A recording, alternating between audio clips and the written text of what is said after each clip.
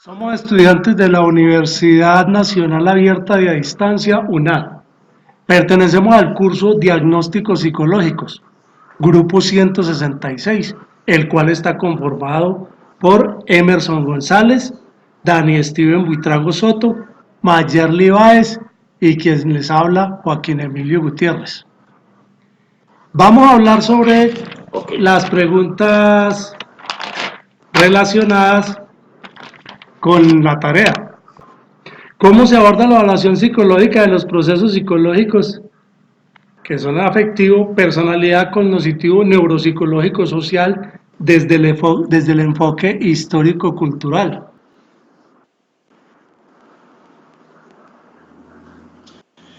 Bueno, listo, empiezo yo. Habla Dani Buitrago, estudiante de psicología de la Universidad Pereira. Sobre esta pregunta, ¿cómo se aborda la evaluación psicológica de los procesos psicológicos desde el enfoque histórico-cultural y derivado pues de las lecturas que estamos haciendo y de la investigación? Hay un primer punto que se debe tener en cuenta y es que la evaluación tiene que ser bajo un contexto muy integral, ¿cierto? Entonces, cuando hablamos del enfoque histórico-cultural, se debe plantear la explicación de toda la interacción de los componentes que ha tenido esa persona o ese individuo, biológicos, históricos, culturales y psicológicos, en el mismo desarrollo del mismo, ¿cierto? Y es a partir de ahí donde creo yo que la evaluación debería partir, y no desde un mismo presente, sino también desde un contexto del pasado, de dónde viene, de dónde se formó, cómo fue la dinámica de lo afectivo, de lo cognitivo, de lo externo, de lo interno, de lo social, de lo individuo que ha construido esa persona, y ese es el elemento práctico que nos va a dar a nosotros un diagnóstico muy asertivo sobre lo que entendamos, sobre lo que debemos entender de ese individuo para poder darle una ayuda o para poder acompañarlo en su proceso de psicología, ¿cierto?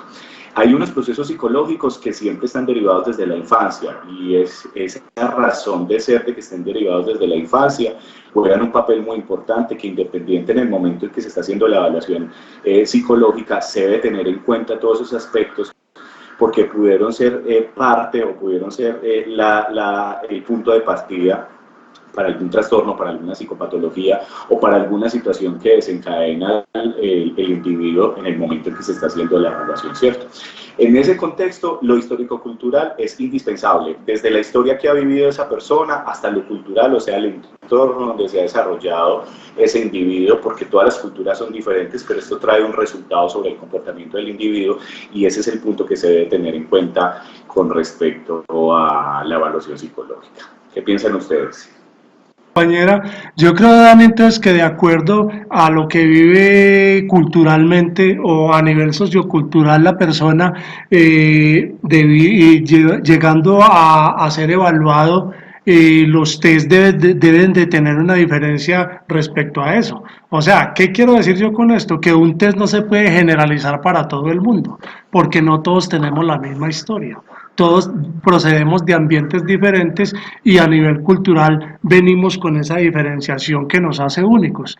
Entonces yo creo que algunos autores hablan de la generalidad dentro de los test, que acá a todo el mundo se le aplica el mismo test. Entonces yo creo que una evaluación desde ese punto de vista, pues no sé qué equivocación tendrá, ¿cierto?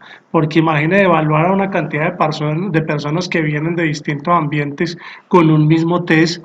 Yo no sé qué fiabilidad tendrá ese resultado para un aporte al final sobre un diagnóstico de esa persona. Sí, es correcto. Y de hecho lo decía uno de los autores de la lectura, en el que el test lo único que arroja es un dato estadístico o una cifra resultado, pues esa cifra resultado nunca se puede considerar el componente histórico que ha traído esa persona y por lo cual ha tenido o tiene el comportamiento que se está evaluando en ese momento. Entonces, claro, hay que entender que se deben de tener en cuenta otros contextos más allá de que un test mismo para todas las personas, porque todas las personas son diferentes, vienen de un concepto histórico diferente, de un entorno cultural diferente, y eso tendría que significar que tiene resultados y comportamientos diferentes. Entonces yo creo que es importante tener en cuenta que de pronto dentro de una evaluación por medio de un test no se está teniendo en cuenta de pronto a la persona como tal, sino al contexto sociocultural de donde viene, que sería de pronto medirlo desde ese punto de vista nos daría como un dato más importante. O sea, investigar primero de dónde viene, cuál es su origen, cuál fue su ambiente, para uno poder dar un diagnóstico más aproximado de lo que está sucediendo en ese momento con respecto al sujeto. Mayerly, ¿qué se nos hizo? Se nos perdió Mayerly. Bueno, se nos perdió Mayerly. Bueno, entonces, Dani, yo creo que esperando a Mayerly otro poquito, vamos a hablar desde el enfoque ecosistémico de Brown-Forman, cuál es la relevancia en la dinámica proceso, persona, contexto, tiempo. Ok, entonces cuando Bronfenbrenner menciona el ambiente ecológico, hace referencia o lo que enfatiza es que ese ambiente significa el que rodea al individuo, ¿cierto? El modo en que se relaciona con este ambiente y entonces donde se presentan los cambios en el desarrollo de ese individuo, y ese es el enfoque ecosistémico a que hace referencia, en donde se tienen varios contextos ahí. Por proceso, persona, contexto, tiempo. Está muy ligado al punto anterior, y es que uno debe tener todo en cuenta, todo el contexto que ha tenido esa persona a lo largo de su historia y no solo un presente, un único punto, porque ese único punto no puede ser condicional para el resultado de una evaluación psicológica en el desarrollo que se esté haciendo o en la evaluación que se está haciendo de esa manera. Fuertes y Palmero hizo una anotación muy importante en uno de los textos en 1998 y decía, no podemos mirar solo su comportamiento de forma aislada, sino siempre en relación al ambiente en el que el niño o el individuo se desarrolla, ¿cierto? Porque de este comportamiento ecosistémico, o sea, de donde el individuo se desarrolla, es donde pueden partir muchos de los comportamientos de ese niño, de ese individuo que se está desarrollando también, ¿cierto? Yo creo, Dani, que este señor Uri von Fremberger lo que nos trata de explicar es la incidencia que tienen los distintos, o sea, subdivide como los ambientes dentro de la proximidad del individuo. Por eso él habla de eso, macro, iso. Digamos que él le da nombres a todo eso, ¿ya?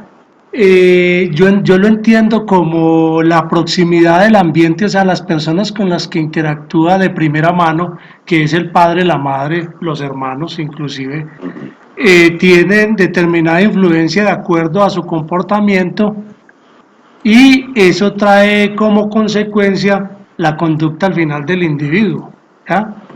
Otra cosa que nos enseña Bronfenbrenner es cómo las realidades apartes o las realidades externas, lo que le pasa a los padres dentro en el trabajo, lo que le pasa a los padres con los amigos, puede traer una energía o puede traer una influencia que a pesar de que viene de afuera, va a tener una influencia al interactuar ya directamente con el hijo. Lo mismo a nivel cultural, lo que son las guerras y lo que pasa ya a nivel exterior, que para mí parece lejos, pero que al padre o la madre conectarse con ese ambiente o estar, digamos, influenciados por ese ambiente, lo van a traer al ambiente del niño y se va a sentir. Se va a sentir. Entonces yo creo que eso es lo que nos trata de decir él, que hay que tener en cuenta todas las influencias de todos los ambientes y así por muy cercanos o lejos que estén, siempre van a traer una consecuencia positiva o negativa dentro del desarrollo de la persona o del individuo, lo cual se va a Sí, reflejar en su conducta. sí, y es muy cierto. Ahí también él mencionaba que era muy relevante que se tengan todos esos conceptos identificados, lo que usted mencionaba, lo del microsistema, mesosistema, exosistema, macrosistema, inclusive él hace una adición sobre el tiempo y también entonces hace la división del tiempo en tres sentidos, que es el microtiempo, mesotiempo y macrotiempo, y él decía, todo este contexto es relevante identificarlo porque además que son dinámicos y versátiles y eso sin duda alguna tiene un resultado sobre ese individuo que es lo que nosotros necesitamos identificar de alguna manera.